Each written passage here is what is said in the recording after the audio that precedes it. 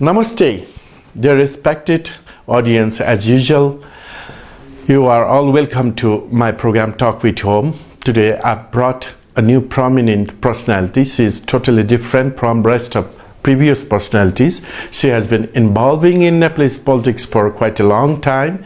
She has played her key role during Maoist insurgency in Nepal. Currently, she is an executive member of Janta Samajwadi Party.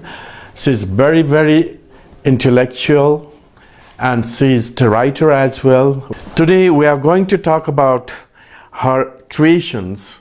She had written one book entitled Hisila from Revolutionary to First Lady. It was published by Penguin Random Publications, India. Now let me welcome our great personality today, Mrs. Hisila Yami. Namaste, ma'am. Namaste, Om Shankarji. Thank you. How are you, ma'am? Fine, absolutely. Can I call you by one name? Yeah. Most of the people have not known yet about it. Can I call you Miss Parvati Kamrite? Yeah, sure. Do you remember? Of course. During 10 years long underground political life, you got this name? Yeah, that's right. And your one original name, Hisila, has also got a big meaning in Nepal Bhasha. Would you tell me something about your name? Yeah, certainly. It's not only Nepal Bhasha, actually Tibetan name also. Yes. In Tibetan, Rishila means a woman with wisdom. Wisdom, okay. So Rishila becomes Hisila. I see. So in Newari language, Hisila means someone who is cute. Beautiful. Not beautiful, cute. Cute. Yeah. I see. Hisi pareko. I see. Did you ever think that one day you'd be writing a book? No, really, it never occurred to me that I would be writing a book. But I got that opportunity when amidst my political career, in the second Constituent Assembly election, I lost. So I thought, let me utilize that time to recollect my past political events, and that's how it started. Did you decide yourself or somebody inspire you? No, I decided on my own. I decided on my own, and then of course my husband, Dr. Baudam Bhatt, he also said, wow, go ahead, that will be good. But it was me who started. Did you instantly pick up the topic of the writing? Or no, actually, it took a long time. No. I have this tendency of just pouring out whatever comes in my mind. I see. So I just pour out. So I have, after several editions, I got to that, because, I mean, when you pour out things, you don't think about verbs, you don't think about sentences, sequences, but ultimately all verbs, all the sequences, sentences has to come in a set. So in my case, I started around end of 2014 or beginning of 2015, and it took about 4 years for me to complete it. Here in this book you have included from social reformations topics to your experience you got through during the insurgency period. Would you tell me in brief something? Well, for me, as I have mentioned there, for me 10 years People's Wars was like a 3 years film, where when 10 years has to squeeze into 3 years, then you have to accentuate heroes' role to a much higher level, and you have to accentuate even villains' role into that, and so it was in a way a very interesting journey for me to write, to recollect and write, and also to recollect many things which I had forgotten, and while writing and while reading books, because this book is being published by Penguin, which is an international publication, and they are very hard on the fact findings and all that. So they were always asking me for citation. So for that I had to read books, So when you read books, suddenly so many things you don't remember starts remembering. Yeah, this is the book. Yeah, this is the book. How much response are you getting? Well, I've been getting response quite well, in a sense that I have my own history. The books have run out from the market, I've seen. Yeah, it's running out. Are you thinking to bring it out second edition? Well, I'll be asking them to bring out a second edition. It's now almost finished in the shops. In fact, I'll be going out of country. I wanted to take some of these books with me, but then I realized that it has run out of the stock in many books center. 1 or 2 places I managed to get 10 of it, which I immediately bought it, and then I'll be taking it. So I mean, it went quite well. I was kind of skeptical because I thought we had very less English reading audience. Have it. Yeah. But then I realized that the new generation are quite familiar with this language. So I'm quite happy. So you have got master's degree in architect. You've got too many students, right? And your husband, our respected former Prime Minister of Nepal, Dr. Bavram Patrai, was also your classmate, right? No, he was my senior. Senior. He was my senior. Okay, let it be. And though you have master in architect, but you have later on you have come back to the politics. Sometimes do you think or not personality you have diverted your career in a wrong way? No. In fact, I've written in my book that you see, architecture is a kind of fusion between science and art. Yeah. And war is also a fusion between ideology and art of performing the war. Right. So I saw many similarities. We also have to play with different contradictions, with different toning and different kind of relativity and all that. And same thing, in war also we have to learn to live with contradiction. Yeah, we have to also see things in a relative way. Okay, there also you have essence, form, strategy, tactics. Same kind of things you find it even in architecture, So, in many ways, we never regretted being architect, because architecture is to do with how people live. How do they express their culture through buildings, through space? Okay, so wherever I was going, I would find buildings. They are very different. Like buildings in your north of Nepal is so different from building in south, and building in east of Nepal is so different from building in west. And of course, so from that point of view, we were able to observe the architecture of the buildings that we were going, the cultural variations we were able to do it, and even the space, how they use it and all that. So it was, we never felt bored. In fact, we felt part of architecture in a different form. I see. And you have experienced a lot. Behind the power, that is insurgency period, you have been to power also. You have even become a minister, right? Yeah. While you became a minister, you must have just experienced some difficulties or conflicts and confronting things prevailing in our policy making and bureaucracy. Actually, I didn't find it difficult, because during the war also, in the base area where we had our own bureaucracy, we had our own governments, it was a local governance, we had our own developmental works. So I was the secretary there. So I was familiar with the developmental work.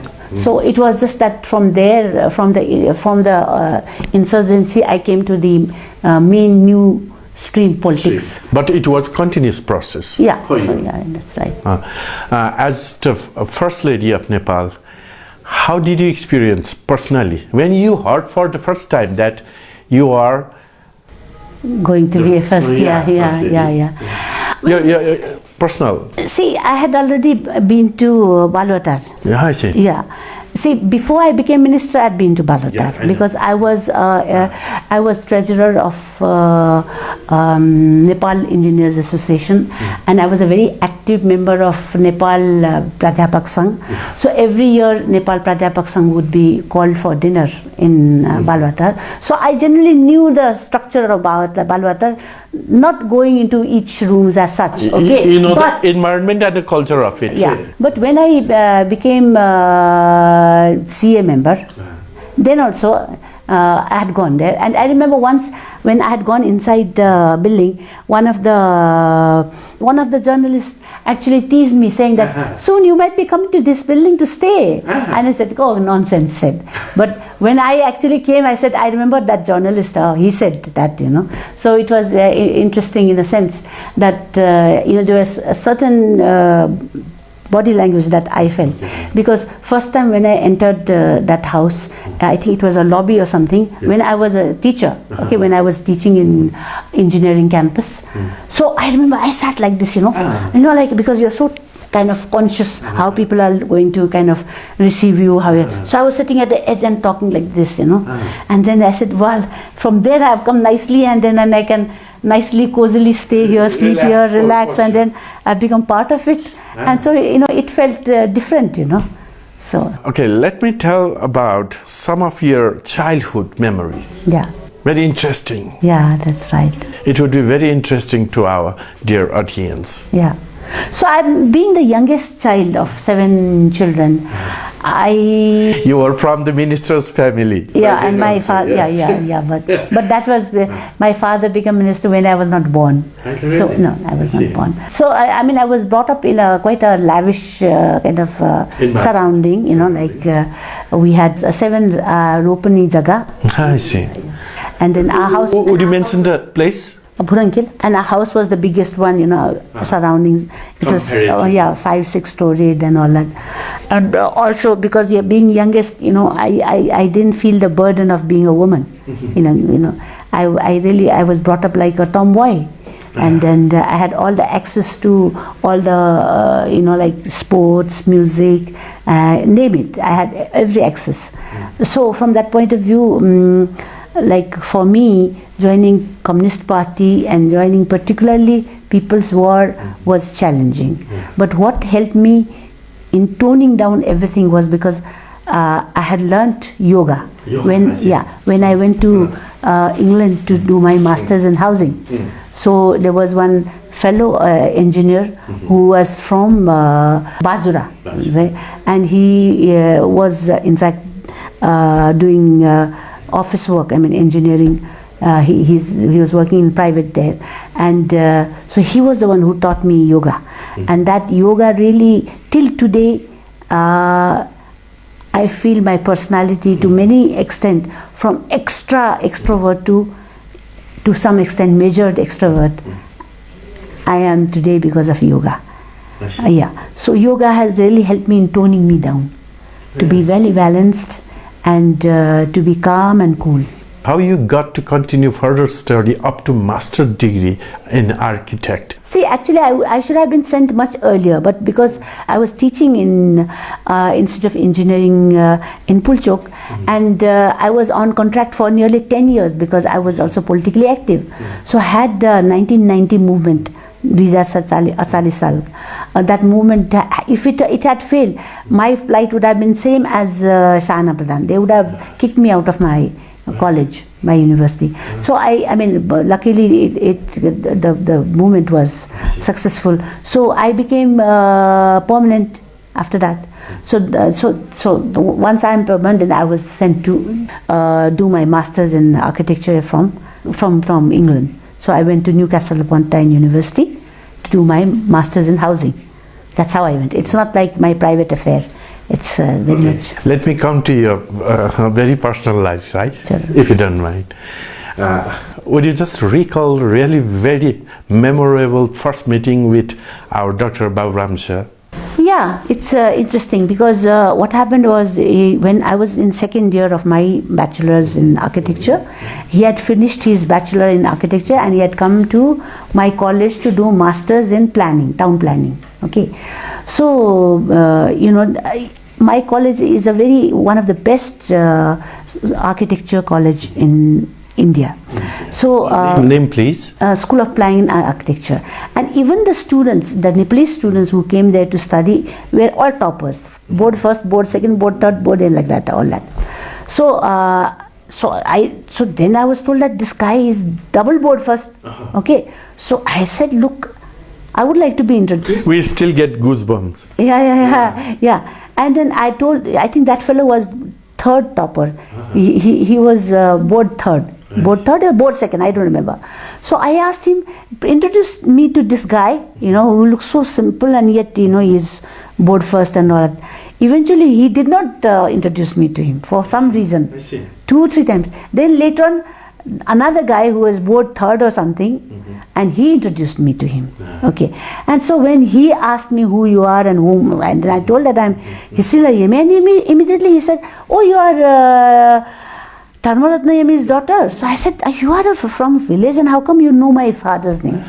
So that was actually he was the one who introduced me from my biological father to a political father. So imagine, he was introducing me, my own father, as a political father, which I didn't know.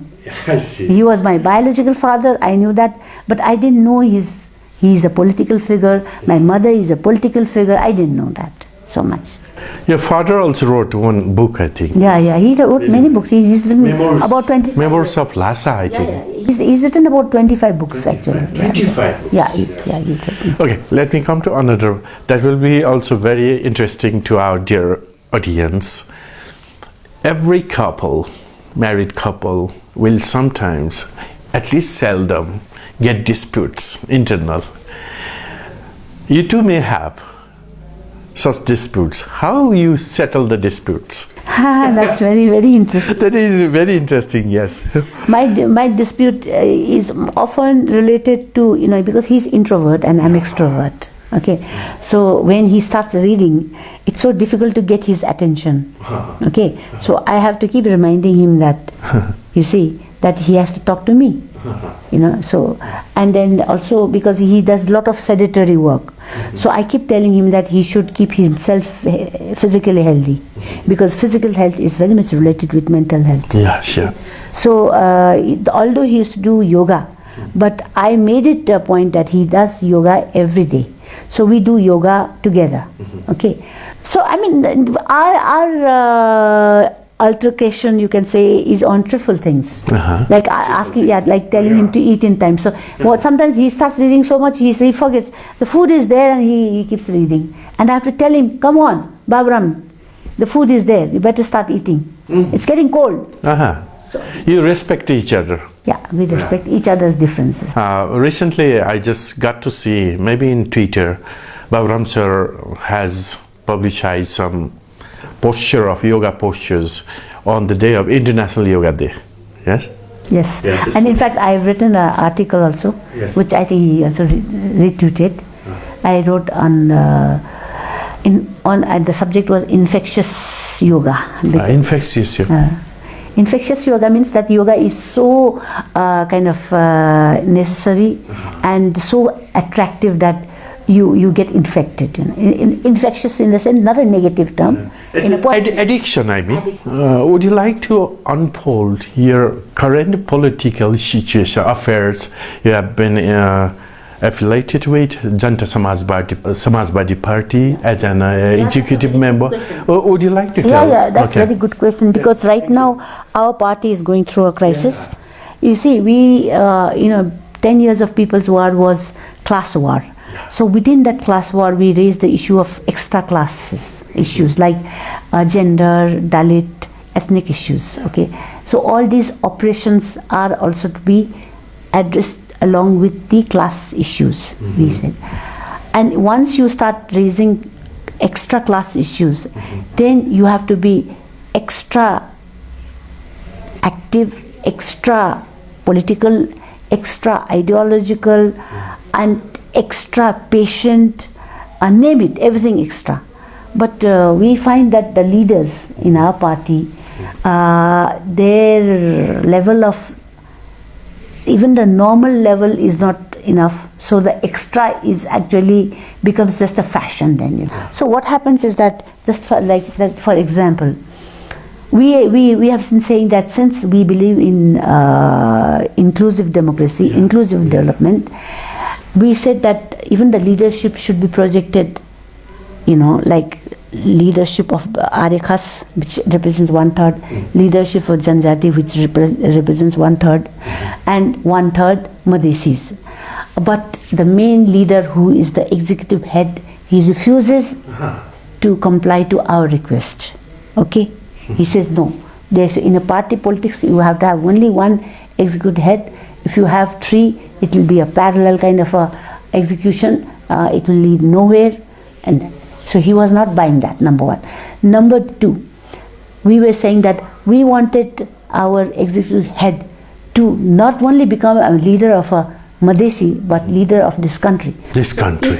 If he wants to be a national leader, he has to also take care, listen, and give feedbacks to the Executive members. No, to the Pahari belt. But he is all the time worried only with Madesi. Okay, so his concept of inclusion is very different from. He has biased. Biased against the Paharis. Okay, so 10+1 we were saying is also should be executed along with the 7 provinces that are taking place. So he is saying it only at a superficial level. He's not worried about whether it is being implemented or not. So he's not even committed to inclusion issue as he should be. Okay. So from political ideological point of view also we had differ with his style, with him, and even his style of functioning. He keeps talking about constitution of the party, but he time and again he breaks that and he makes a monolithic decision on his own. So he's not democratic. He breaches the party's constitution. So that's right. So his working style is very dictatorial, and so all these things don't go with the inclusion issue. You see, inclusion issue is something where you have to have a larger heart. You should be very cooperative. You should be very patient. But follow the win-win situation. That's why, because these are not being implemented. So there is a kind of a struggle within our party. So are all these things going to be sorted out or not? Should be. We are working very soon. I wish you have a success to settle everything. Thank you so much. Thank you so much. And go ahead. One more question, ma'am. Of course, Maoist insurgency has brought a real political awareness from a grassroots level of the people. Certainly. I do believe, I do accept it, right? But somewhere there are some drawbacks. Are you satisfied with the achievements? See, we managed to bring kind of consciousness to all the sections of the society that biological leadership is outdated. Competitive leadership should come. In fact, now even competitive leadership now is giving way to inclusive leadership. Okay, and we are going through monolithic state to restructured federal state, where there should be a devolution of power at 3 levels. So we have 3 levels of governance: federal, provincial, and local. Okay, and we are also trying to inculcate inclusive issues by bringing the election system as a mixed system. Okay, so from that point of view we are very successful, but we are not able to translate that into economic base. So when you don't have economic base for sustaining this, so many institutions that we have made, so people start saying that, well, what have we got? What have we got from federalism? What have we got from devolution of power? When our children don't even have kind of employment. So right now, at present, the issue of governance tied with productivity, economic empowerment is not being questioned, is not being implemented. So people are getting frustrated also. So from that point of view, we are also worried. Yes. I guess the main cause is corruption prevailing, right? No, corruption was there earlier also, and even now it is there. Okay. Now, corruption is not the only one. It is also the way politicians see. I mean, the whole new system has come, but their mindset is still old. So there's a problem with the political parties. Of course, somewhat mindset is old, yes. But Madam, will you just give some suggestion personally how to check corruption? Every level, every party activities, activist, every leader is connected with corruption here. In our manifesto we have time and again said that government should deliver some funds. It has become only mentioning in a manifesto. Yeah. So, but it should be implemented. We are saying that, yes, because other countries have done, so we should also do it. Even ex-prime ministers, for example, South Korean ex-prime ministers, she's right now in jail, right? Many presidents were taken actions level. That's right. Corruption should be checked. Do you have some tips for checking? Yeah, it can be checked. It can be checked because that's what has been shown in other countries. It can be checked. See, what's happening is that in other countries you have corruption, but there's at least the work goes. Here it's all corruption, no work done. That's why. So it's more. It's terrible. In other places corruption does take place, but there's transparency also. There's transparency in the corruption, and that's why they go to jail. You see. Yes. But in our case, corruption, no transparency, no development. So it's really sad.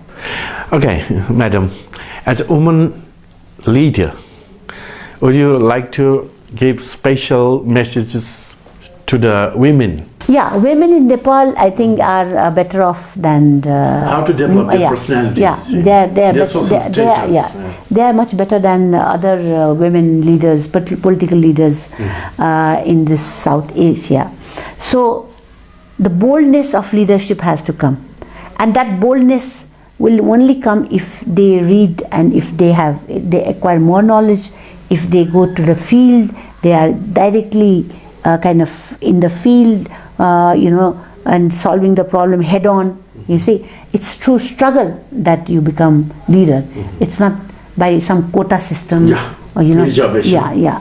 So reservation and quota system can act as a catalyst, but the rest you have to do. Our scientific word, catalyst. But rest you have to do it. So you should do the rest of the work. If rest of the work doesn't take place, then even the catalyst, what's the use of catalyst? So people may not give that catalyst. I want you to say something about women's empowerment, I think. How to promote their personalities, current social status. It's a very multi-pronged approach. So in order to empower women, you have to hit at their education. You have to hit at their cultural level. You have to hit at the very home that she is discriminated. From womb to tomb, she is discriminated. So she has to struggle against that. So her struggle is not only physical struggle, mental struggle, philosophical struggle. It's a struggle all along, and she should enjoy struggling and coming out of it.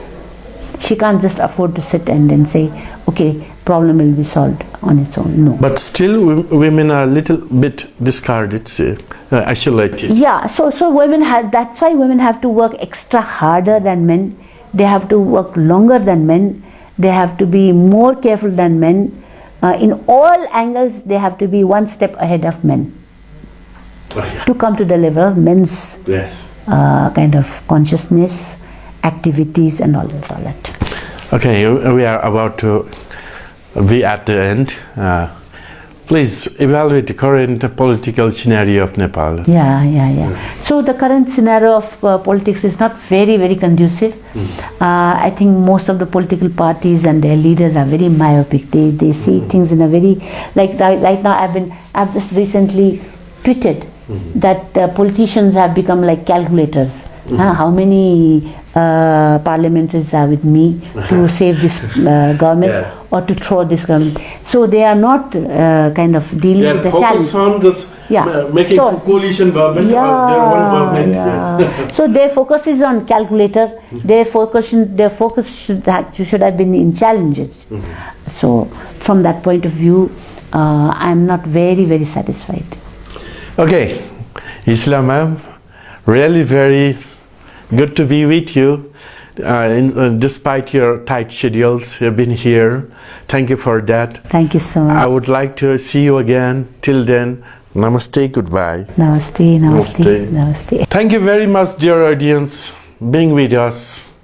As usual, I will come back with our program, Talk with Home, next week at the same time. Till then, namaste.